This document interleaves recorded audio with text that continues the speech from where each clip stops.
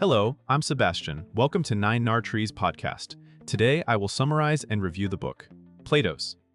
The Republic is a foundational work of Western philosophy, written as a dialogue led by Socrates as he and his companions explore what justice is and why it matters.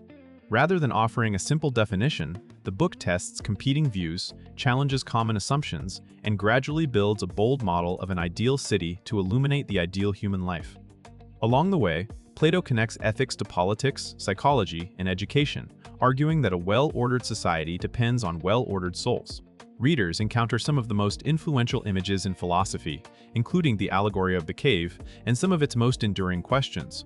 What makes a life good? How should power be governed? And can knowledge guide moral action? Even when one disagrees with Plato's conclusions, the work remains a rich training ground for thinking carefully about values, leadership, and the forces that shape character. I will give you key takeaways from this book. Firstly, defining justice through debate and counterexamples. The Republic begins with an argument about what justice is, staged as a lively contest of definitions that reflect everyday moral instincts. Plato uses Socrates to test proposals such as justice as telling the truth and paying debts, justice as helping friends and harming enemies, and justice as the advantage of the stronger. Each view is probed for contradictions and real-world failures, showing how a definition can sound plausible yet collapse under pressure.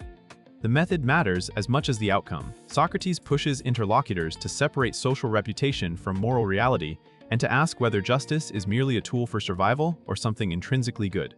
This opening establishes the book's central challenge, to explain why a person should be just even when injustice looks profitable. The early debates also introduce themes that recur throughout the work, such as the danger of rhetoric without knowledge, the temptation to treat law as a weapon of the powerful, and the need for a standard that does not shift with convenience. By treating justice as a question that must withstand cross-examination, Plato frames philosophy as disciplined inquiry rather than opinion trading. Secondly, the city and the soul as parallel structures. To make justice visible, Plato proposes building an ideal city in speech and then reading individual character through it. The city becomes a magnifying lens. By examining institutions, roles, and divisions of labor, Socrates aims to discover what justice looks like when scaled up. This civic model is then mirrored in a psychological account of the soul, commonly presented as having distinct parts with different motivations. The result is a powerful analogy. A city is just when each class performs its proper function in harmony, and a person is just when reason governs spirit and appetite in an ordered way. The point is not simply obedience, but internal integration, where competing desires are coordinated toward the good. This parallel structure lets Plato connect political disorder to personal disorder, suggesting that corruption, faction, and tyranny reflect failures of self-rule. It also explains why education and culture are political issues. Shaping citizens means shaping the inner architecture of desire and judgment. Even readers who reject the specifics can use the model to think about how habits, status incentives, and social narratives reinforce or undermine self-control and civic trust. Thirdly, education, culture, and the making of guardians. A major portion of the Republic examines how an ideal society should educate its leaders and citizens, especially the guardian class tasked with protection and governance. Plato treats education as character formation rather than information delivery, focusing on the emotional and moral effects of music, poetry, storytelling, and physical training. He worries that popular tales can train people to fear death, admire vice, or treat the gods as inconsistent, thereby weakening courage and integrity. The discussion highlights a broader claim: culture is never neutral, because repeated images and narratives shape what people find admirable. Plato also sketches a demanding curriculum aimed at turning capable students toward stable knowledge, often culminating in advanced studies that cultivate disciplined reasoning. At the same time, he proposes strict social arrangements for guardians, including limitations on wealth and private interests, to reduce conflicts between public duty and personal gain. Whether one sees these proposals as visionary or overly controlling, the analysis clarifies a timeless political dilemma: how to cultivate leaders who can resist flattery, corruption, and short-term incentives. The Republic therefore reads as an exploration of how institutions, media, and training regimes produce the kinds of people a society relies on. Fourthly, philosopher-rulers and the problem of political legitimacy. Plato argues that the best city requires rulers who love wisdom and can grasp what is truly good, not merely what appears useful. This claim elevates knowledge over popularity and frames politics as a craft with standards, like medicine or navigation. The philosopher-ruler is portrayed as reluctant to govern for personal glory and motivated instead by responsibility to the common good.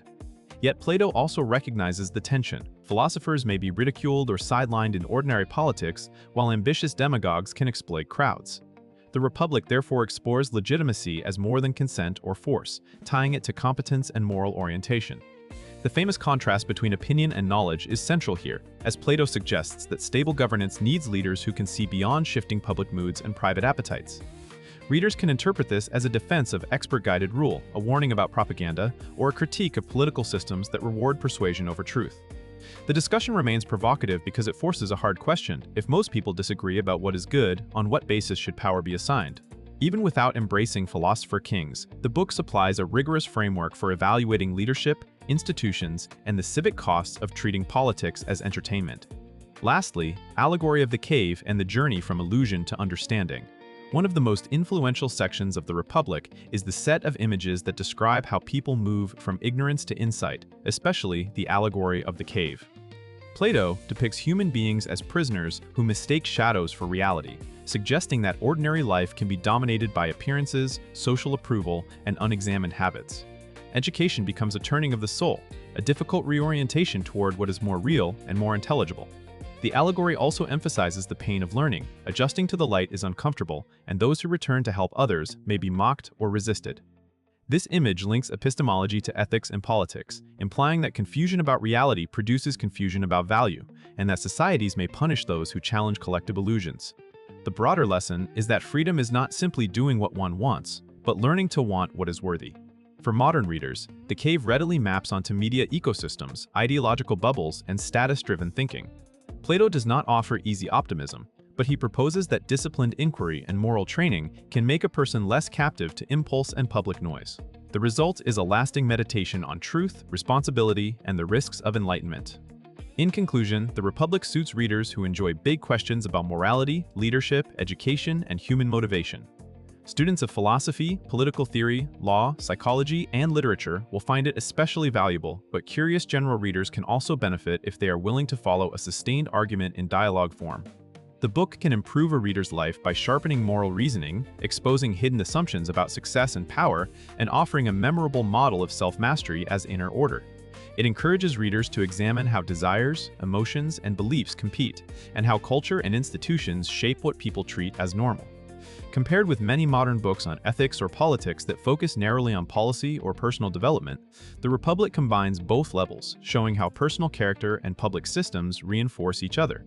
It is also worth buying because it remains a central reference point. Later thinkers often respond to it, refine it, or argue against it, and understanding it provides context for centuries of debate. Even when its proposals feel extreme, its questions remain urgent, and its images continue to clarify what is at stake when societies argue about justice. If you would like to support Plato, you can buy the book through the Amazon link I've provided in the podcast description. After reading the book, please let me know what you think and share your thoughts. See you around.